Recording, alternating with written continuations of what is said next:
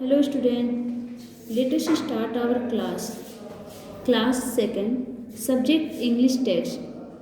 Chapter 7, chapter name है Daisy and रोजी। तो आइए इस चैप्टर को हम रीड करते हैं। When we make a mess, we are not aware until some other start to do so. Daisy was a little naughty girl. Daisy एक छोटी सी नॉटी गर्ल होती है। She had anklets in her legs and they would jingle all the time. और उसके पैर में anklet होता है।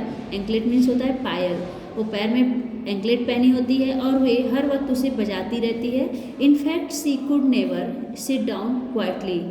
और वे कभी भी शांत से बैठती नहीं है। She was the most restless girl you have ever seen. और वे एक रेस्टलेस गर्ल नहीं है। Now she shook her legs and then she throw her head. Now she beat her hands and then she picked up something only to throw away. Picked up something only to throw away. वे अपने पैर को हमेशा हिलाती रहती है और कभी sir इधर करती है और अपने हैंड्स को पीटती है, फिर अपने हाथ से कुछ उठा के फेंक देती है। When she was in her bedroom, you would find the pillow on the ground and bed sheet on the table and books on the bed and shoes under the cupboard. All this of course due to Daisy. जब Daisy अपने bedroom में होती है तो उसके pillow जो होते हैं वो नीचे गिरे होते हैं, बेडशीट टेबल पे होते हैं, बुक्स इधर उधर, शूज कपबोर्ड में होते हैं और भी सब सामान इधर उधर बिखेर के रखती है क्योंकि वो एक नॉटी गर्ल होती है। When she was in the drawing room, you would find television running on a high volume. और जब वो अपने ड्राइंग रूम में होती है तो टेलीविज़न को हाई वॉल्यूम करके वो टीवी देखती है। It's remote control laying under the sofa. और उसके रिमोट कंट्रोल सोफा के नीचे होते हैं। A chair throw up here and the cushion there and an empty cover of potato chips under the table and her books laying. और उसके जो chair होते हैं उस पर कवर नहीं होते हैं, कुशन इधर उधर फैला रहता है और जो पोटैटो चिप्स के पैकेट होते हैं वो टेबल के अंदर पड़े रहते हैं।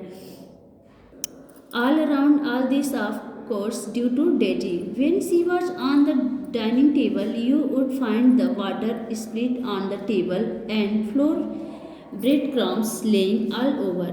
The vegetable bowl turned over, the fruit peels laying everywhere but the waste basket. All this of course due to Daisy. और जब वह अपने डाइनिंग टेबल पे होती है तो डेजी जब अपने डाइनिंग टेबल पे होती है तो आपको टेबल और फर्श पर फैला हुआ वाटर चारों तरफ फैला हुआ होता है और ब्रेड कवर, वेजिटेबल्स की कटोरी जो होती है, फल के छिलके हर जगह पड़े हुए मिल जाते थे। लेकिन डेजी की वजह से ये सब बेकार बास्केट होते थे। Mister Rachna had warned Daisy many times but she was never reformed. And then Mr. Manas had an idea. He brought a little cute puppy for his naughty daughter. Mister Rachna ने कई बार डेजी को warning किया था कि उन्हें वही सुधर जाए और तब श्री मानस को एक दिन उन्हें ऐसा लगा कि हम एक नॉटी पपी लाए और डेजी को वह पपी बहुत ही पसंद था। Daisy like the puppy very much and named him Rosie. Daisy को वो पपी बहुत पसंद है और उसका नाम क्या रखी थी? Rosie. She brought him to her bedroom which mister Rachna and had just tidied. वह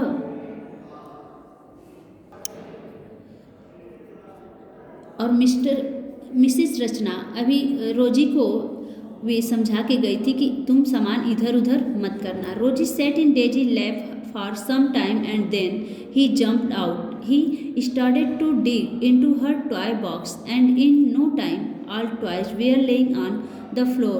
Daisy enjoyed this, but when Rosie jumped on the table and made a mess there, Daisy was angry, but Rosie was less cared for her anger. He tore her notebook and then jumped down. He caught the bedsheet in his mouth and pulled it away and then sat down to chew at her shoes. रोजी अभी उसे लेके अपने गोद में बैठी थी कि तभी वो उसकी गोद से जंप कर गया, और वो जंप करके क्या किया, उसके टॉयज़ के जो बॉक्स थे वे वहाँ पे गिर गए और सब फैल गए। तो रोजी को ये सब देख के, डेजी को ये सब देख के अच्छा लगा, लेकिन जब ये बॉक्स के बाद उसके टेबल पे जंप किया, डेजी इंजॉयड दिस, ये सब उसे भी अच्छा लगा। But when Rosie jumped on the table, लेकिन जब रोजी टेबल पे जंप किया and made a mess there Daisy and angry, तब डेजी को गुस्सा आया। But Rosie was less cared for her anger, उसके गुस्से का वो केयर नहीं किया। He tore her notebook and then jump down, और वे उसके नोटबुक पे जंप कर गया। He caught the bedsheet in his mouth, और उसके बेडशीट को अपने मुंह में पकड़ के और उसे नीचे गिरा दिया। And then sat down to chew at her shoes, और उसके शूज को अपने मुंह में डाल के उसे चबाने लगा। Daisy pick him up and went to her mother. Mummy, this is a nonsense. He has dirtied my entire room. Daisy उसको उठाती है और अपने मम्मी के पास जाती है और बोलती है कि मम्मी यह बहुत ही नॉनसेंस है, यह मेरे रूम में अब नहीं जाएगा। He tried to tell you to be a neat girl, said Mrs. Rachna, but you never cared.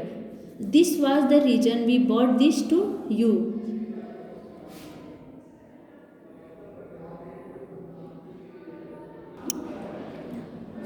उनकी मम्मी कहती हैं कि हमने आपको एक नीट गर्ल बताने की कोशिश की, बट यू नेवर केयर, लेकिन तुमने इस बात का केयर नहीं किया।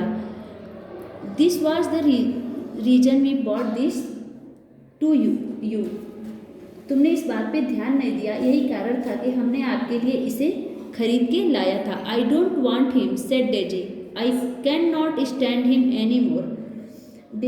डेजी ने कहा, मैं उसे और अधिक बर्दाश्त नहीं कर सकती।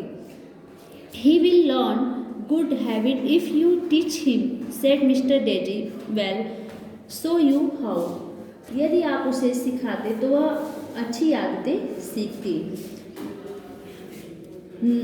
Now Daisy has become a tidy girl and she is teaching Rosie how to be a good and tidy dog and he is learning too.